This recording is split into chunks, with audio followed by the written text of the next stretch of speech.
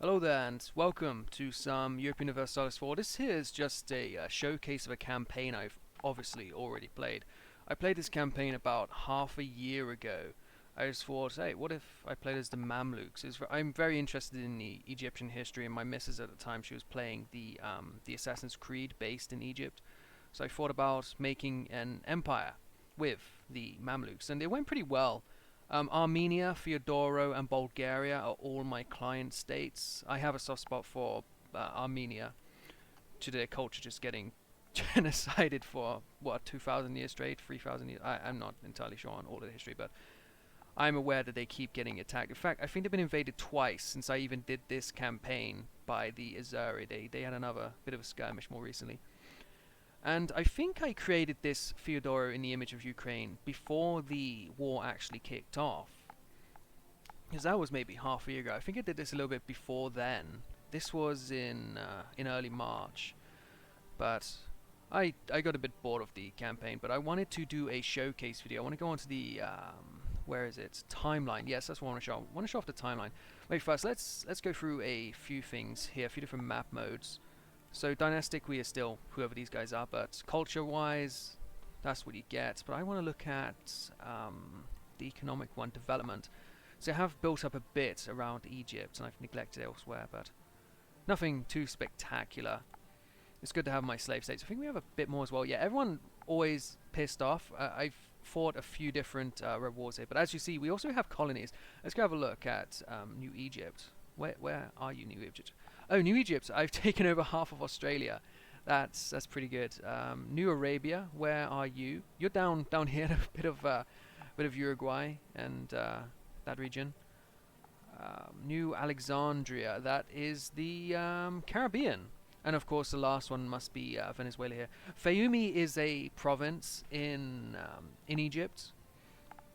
It's actually right around where that Assassin's Creed game starts, but I have some Fayumi chickens. They are very beautiful looking chickens. Terrific pattern on them. I have a couple of those in my flock. I have at the moment 31 chickens, but two of them are Egyptian twins. Their names. My missus named them. She's works in the library now, but she's a trained archaeologist through her education.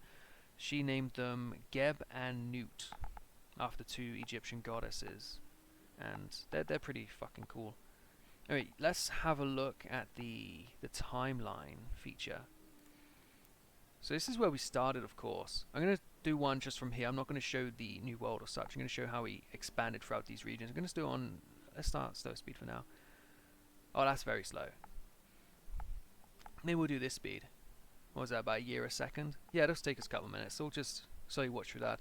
It's more of a reflection for me as well, because I don't actually remember how this went. I'm pretty sure I puppeted states like Aden and Ramazan, and I kept feeding the Ottomans into them. But I really wanted to go deep on the Ottomans soon, because I did not want them to be a pain in my ass later in the campaign.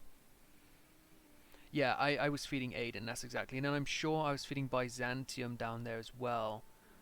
Either way, they were definitely helping with getting rid of the Ottomans as we kicked them out. I think they were completely gone before the turn of the century. There we go, yeah, we just took in Ramazan then, and Circassia, I'm sure, is nothing to do with me, but that Bulgaria which just popped out, I'm pretty sure that is something to do with me. I'm pretty sure that's how I'm going to start feeding these states back. Maybe Byzantium is not a puppet of mine. Maybe I just feed all of it straight to Bulgaria. No, because then we just took over that land for them. So anyway, yeah, turn of the century, Ottomans completely gone. After this point, though, my biggest rival tends to be really the Iranians. There's not Iranians there at the moment, but Iran and Ethiopia I kept going to war with. I'm pretty sure they were allied to each other for a lot of this campaign. And then you had some very strong states over in India who kept allying these places as well. So I ended up having to fight the entire region over here just to take a bit of land in Ethiopia. I did want to free the land down here just to the east of modern day Iraq, because from what I read historically, those guys are Arabs in the southwest of Iran where all of their oil is. They're more culturally in line with the Iraqis than they are with the Iranians, and I tried to create a sort of Arab world. I'm not entirely sure what an Arab is, but as an ignorant British. When I think of Arab, I think of this region here, and I try to just bring everybody here together. Of course, I did go into Ethiopia as well, but I just a little nitpick that I wanted to take over these guys down in this region. And I think by the end of it, we end up going down here. As you can see now, we do have some land in Ukraine. Armenia is also starting to become a very strong state. Ethiopia, very strong as well. They have unified.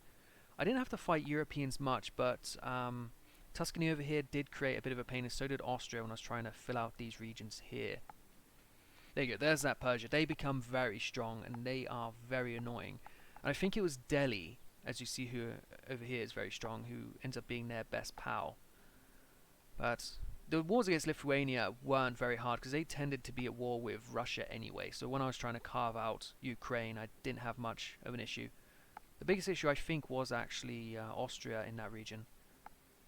And Tuscany, of course, while trying to take over all of this region for the Bulgarians. It's very nice. We're starting to really tidy up around our own home region now. If we get all these coasts, then we can start going after Ethiopia proper.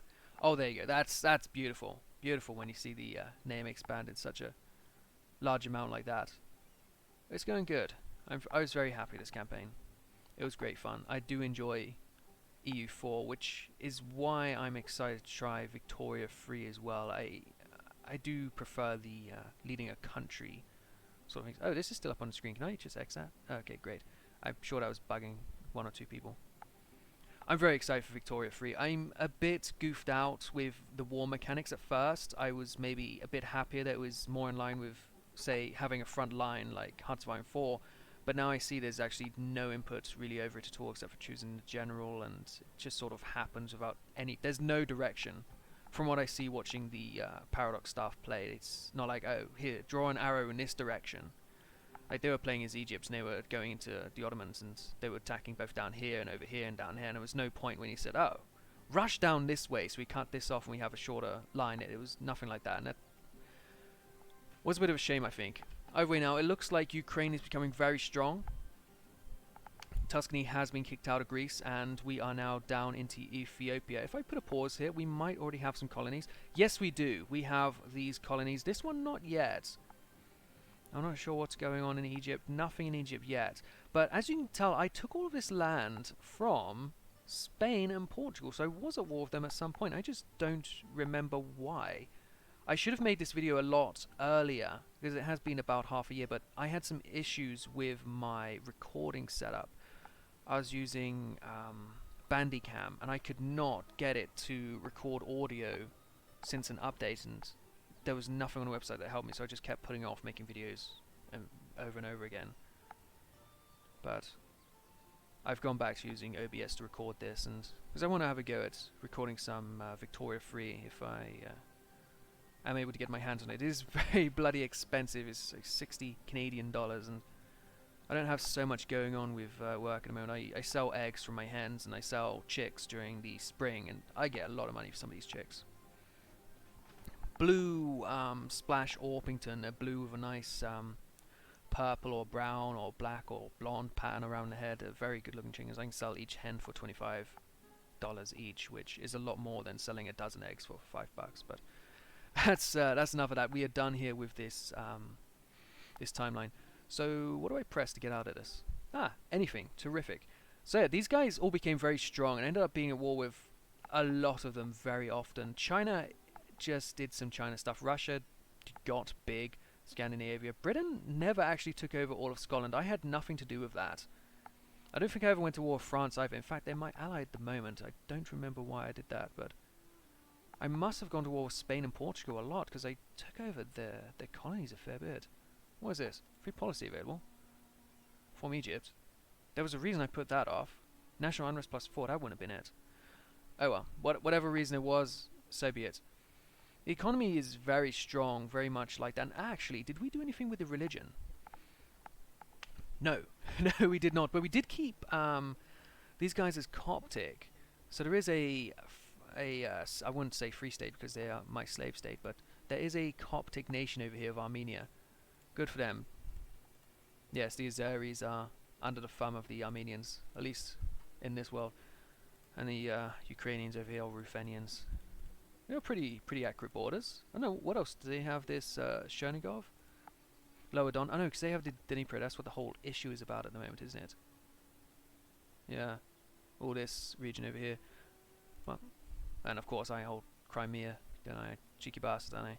Anyway, that'll do for this video. I just wanted to showcase this campaign I did and get back in the swing of making a video. I think that'd be very, very good to do. Anyway, thank you again for watching. I hope you've enjoyed this short showcase.